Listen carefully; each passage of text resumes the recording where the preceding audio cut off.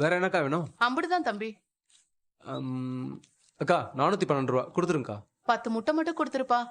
ஏங்கா மொத்தமா கேட்க மாட்டீங்களா? மறந்துட்டேன்ப்பா, இப்பதான் ஞாபகம் வந்துச்சு. ஒவ்வொன்னா சொல்லிட்டு இருந்தா எப்படிக்கா? இந்தாங்க. எவ்வளவு ஆச்சு? 480 ரூபாக்கா கொடுத்துருங்க. அக்கவுண்ட்ல எழுதி வச்சுக்கோங்க தம்பி. அக்கா போன மாசம் அக்கௌண்ட்டே இன்னும் முடிக்கலக்கா. அதுக்குள்ள அடுத்த அக்கௌண்டா? கொடுத்துறேன்ப்பா.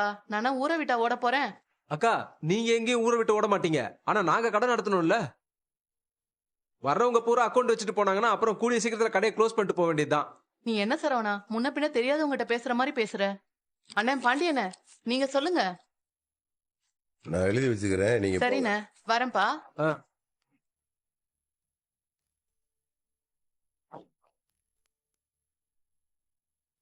இல்லை சரவணா, அப்பா இங்க வாடா. என்னடா நீ வர்ற கஸ்டமர்கிட்ட எதுக்கிட்ட இப்படி எரிஞ்சு விழுகிற? அதெல்லாம் ஒண்ணும் இல்லப்பா. ஒன்றும் இல்லையா? பில்லு கொடுங்க.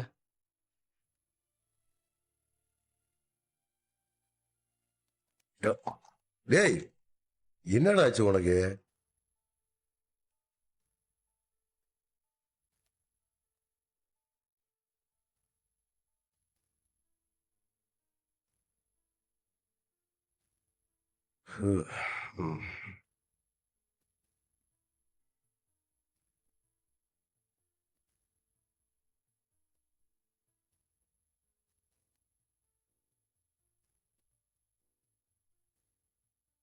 ஏலே போட போய் டீ குடிச்சிட்டு வா. இல்ல வேண்டாம்ப்பா. ஏலே என்னடா ஆச்சு உனக்கு? எனக்கு எதுவும் ஆகலையே. ஏன்பா? ஏடா செய்யும் தொழிலே தெய்வம் சும்மாவா சொல்றாங்க? எந்த வேலை செஞ்சாலும் சிரிச்சுக்கிட்டே செய்யணும்டா. இப்படி வர்ற கஷ்டப்பட்டு மூஞ்சி தூக்கி வச்சுக்கிட்டு பேசுறது, பொருள் எடுத்து வைக்கிறப்ப கடுப்பா மூஞ்சி வச்சுக்கிட்டு எடுத்து வைக்கிறது, ஏடா அதெல்லாம்? மனசு சந்தோஷமா இருந்தாதான்ப்பா செய்யற வேலையும் சந்தோஷமா செய்ய முடியும். உன் மனசுக்கு என்ன வாங்க வர? என்னப்பா இப்படி கேக்குறீங்க? நேரம் அந்த நிச்சயம் நடந்து முடிஞ்சிருக்கும். அதுக்கு நம்ம என்னடா பண்ண முடியும்? அப்பா அந்த நிச்சயம் நடக்கவே கூடாது. குமார் முத்துச்சுடரை கல்யாணம் பண்ணவே கூடாதுப்பா. நம்ம ஏதாவது பண்ணிருக்கணும். நம்ம என்ன பண்ணிருக்கோம்னு நினைக்கிற? அது தெரியலப்பா. ஆனா ஏதாவது பண்ணி தடுத்து நிறுத்திருக்கணும் நாம. வேலை பொண்ணு வீட்டுல நம்ம எப்ப போய் பேச முடியும்? இவங்க வீட்டுல சுத்தம். அவன் ஏற்கனவே முறதவரி போய் கல்யாணம் பண்ணிக்கிருக்காங்க. கருமம். இந்த விஷயத்துல என்ன அவனை சொல்ற நம்மள? அதான் எனக்கு தெரியலன்னு சொல்றேனேப்பா. ஆனா இந்த கல்யாணத்தினால குமாருக்கு, அந்த வீட்டுக்கு, நமக்கு எக்கச்சக்க பிரச்சனை வரப்போகுது. நீங்க வேணா பாருங்க. ஏய் நம்ம வீட்டுக்கு நம்ம பிரச்சனை வராம பாத்துக்கலாம்ல, விடு. அப்பா மயிலோட குடும்பம் ஒரு கேடு கட்ட குடும்பம். பொய்யிலே பிறந்து பொய்யிலே வளர்ந்து பொய்யிலே வாழ்ந்துகிட்டு இருக்கவங்க. போயும் குமார் அங்க போய் பொண்ணு எடுத்திருக்கான் பாருங்க. அதுக்கு அவன் கல்யாணமே பண்ணாம வாழலாம். இந்த குமரவேலன்றது மட்டும் ரொம்ப ஒழுங்கானவன் நினைச்சுக்கிறீங்க? அவங்க அப்பயே அவனோட மோசம். இல்லை அவங்க 2 பேரும் கிரிமினல்ற. நல்லா யோசிச்சுட்டு அந்த மாதிரி வேலையெல்லாம் செய்வாங்க. இல்லப்பா எனக்கு இந்த கல்யாணத்துல விருப்பமே இல்ல. ஏழை அவங்க கல்யாண விஷயத்துல நீ எதுக்கு அப்படி டென்ஷன் ஆகுற? ஏண்டா நம்ம வாழ்ற வாழ்க்கையை பத்தி நம்ம முடிவு எடுக்க முடியாம தெரியுறான். இதுல அடுத்த வாழ்க்கையை பத்தி யோசிச்சு என்ன முடிவு எடுக்க முடியும் நம்மளால? ஏழை ஒரு சில விஷயங்கள்லாம் யோசிக்காம நடக்கிறது நடக்கட்டும் விட்டுணும்டா, அதே நல்லது. என்னெல்லாம் அப்படி விட முடியாதுப்பா. ஏழை தேவையில்லாம மண்டையை போட்டு குழப்பிக்கிறதுல யாருக்கும் 10 காசு பிரயோஜனம் கிடையாதுடா. இங்க வார சரவணா, நம்ம கையில் இல்லாத விஷயத்தை பத்தி யோசிக்கிறதுல ஒரு பிரயோஜனம் கிடையாது. புரு அந்த பிரச்சனைய போட போய் டீயை குடிச்சிட்டு வா. எனக்கு வேண்டாம்ப்பா. ஏழை எனக்கு டீ வேணும்டா, குடிச்சிட்டு வர்றப்ப வாங்கி வா. போடா.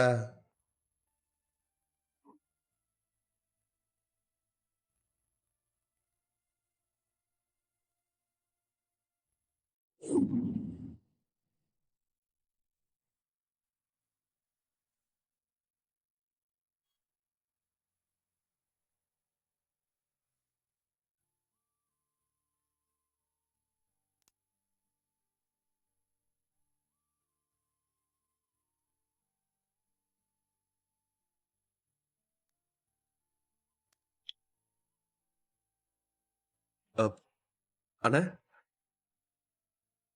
மீனா அண்ணியோட அப்பாக்கு தெரியுமா நீ அவர்கிட்ட கொடுத்த பணம் உனக்கு எப்படி வந்துச்சுன்னு? ம் தெரியும்டா.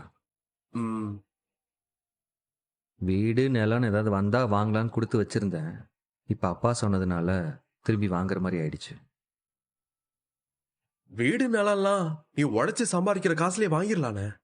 அதுக்கெல்லாம் வாய்ப்பே இல்லடா. கொஞ்சம் லேட்டா நடக்கும்னு, ஆனா கண்டிப்பா நடக்கும். நீ கண்டிப்பா வீடு வாங்குவன, எனக்கு தெரியும். பார்க்கலாம். சரி, நீ சொன்ன இல்ல பொண்ணு அவங்க அவங்க அப்பா எப்போ வராங்க? வந்துருவாங்கண்ணே, சீக்கிரம் வந்துருவாங்க. நல்லா விசாரிச்சாடா கதிரு? நெசமாலுமே படிப்புக்காக தான் அவளுக்கு உதவி தேவைப்படுதா? நல்லா விசாரிச்சிட்டேனே. என் ஃப்ரெண்டோட சொந்தக்கார பொண்ணுதான். +2ல நல்ல மார்க் எடுத்திருக்கா. நல்ல காலேஜ்ல சீட்டும் கிடைச்சிருக்கு. ஆனா பாவம் ஃபீஸ் கட்டதான் காசு இல்லாம போயிடுச்சு. ஏதாச்சும் உதவி பண்ண முடியுமான்னு 2 நாள் முன்னாடி குரூப்ல போட்டிருந்தான்.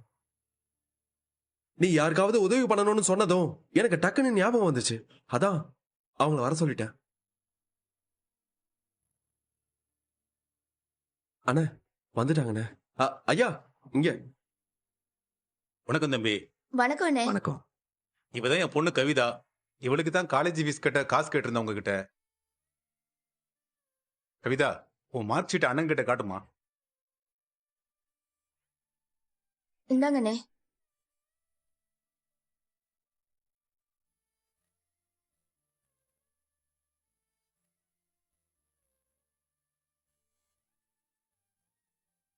ரொம்ப நல்லா மார்க் வாங்கியிருக்கியம்மா. மேக்ஸ்ல 94. 4வதுல பாதி தாங்க வாங்கினேன். நல்ல மார்க் வாங்கி என்ன தம்பி பிரயோஜனம்? நினைச்சத படிக்க வைக்கிற வீட்டுல பிறக்கலையே இவ. நல்ல காலேஜ் சீட்டு கிடைச்சும் போக முடியல. என்னத்த சொல்றது? எங்க நிலைமை அப்படி இருக்கு தம்பி.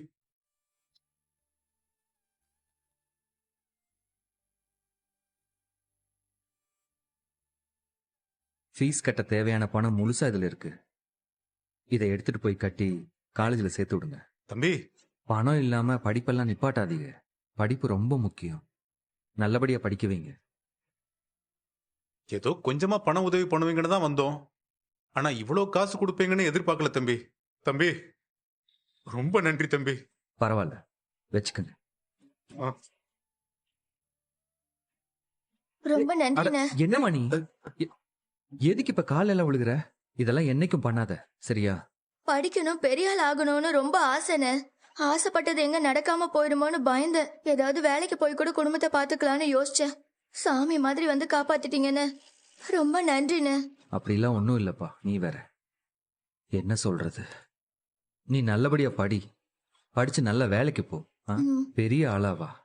அப்பா அம்மாவை நல்லபடியா பாத்துக்கோ, அது போதும். கண்டிப்பாண்ணே. தம்பி, எங்க குடும்பத்துல யாருமே படிக்கலப்பா. ஏதோ உங்க புண்ணியத்துல ஆளா காலேஜுக்கு போக போறா. இவ மட்டும் படிச்சு கரை ஏறிட்டானா அப்புறம் எங்க குடும்பமே கரை ஏறிடும் தம்பி. இது மட்டும் நடந்துருச்சுன்னா மொத்த புண்ணியமும் உங்களுக்கு தான் சேரும் தம்பி. உங்களுக்கு தான் சேரும், உங்களுக்கு தான் சேரும் தம்பி. நீங்க ஆசைப்பட்டது, உங்க பொண்ணு ஆசைப்பட்டது எல்லாமே நல்லபடியா நடக்கும்னு வருத்தப்படாதீங்க. தம்பி, இங்க நல்லா இருப்பீங்க தம்பி. உங்க குடும்பமே நல்லா இருக்கும். நான் மனசார சொல்றேன், நீங்க ரொம்ப ரொம்ப நல்லா இருப்பீங்க தம்பி.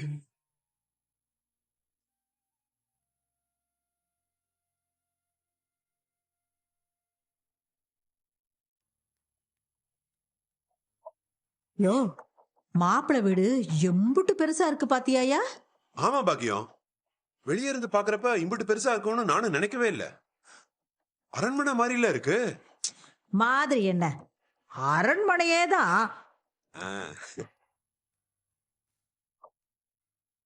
மாப்பிள்ளை வீட்டுக்காரங்கள்லாம் நல்ல மனுஷங்களா இருக்காங்க. பிக்கல் புடுங்கலே இல்லாத வீடு. இந்த தீபாவளி சீரை வாங்கிட்டு வா, பொங்க சீரை வாங்கிட்டு வான்னு சுடரை வீட்டுக்கெல்லாம் அனுப்பி வைக்க மாட்டாங்க. கல்யாணத்தை பண்ணி கொடுத்துட்டு நாம நிம்மதியா இருக்கலாம் ஐயா.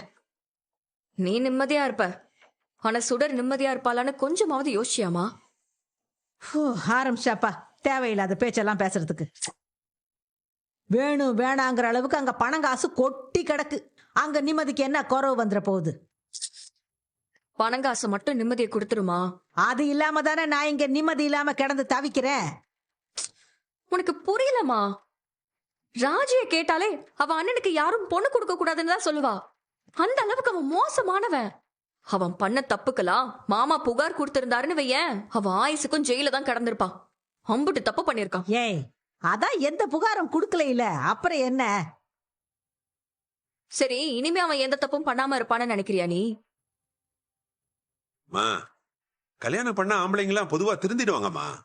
இதையே திரும்ப திரும்ப சொல்லாதியப்பா. அவன் திருந்துவான், நல்லவனா வாழ்வான்னு நீங்க நம்புறதுக்காகலாம் சுடரோட வாழ்க்கையெல்லாம் கெடுக்க முடியாது.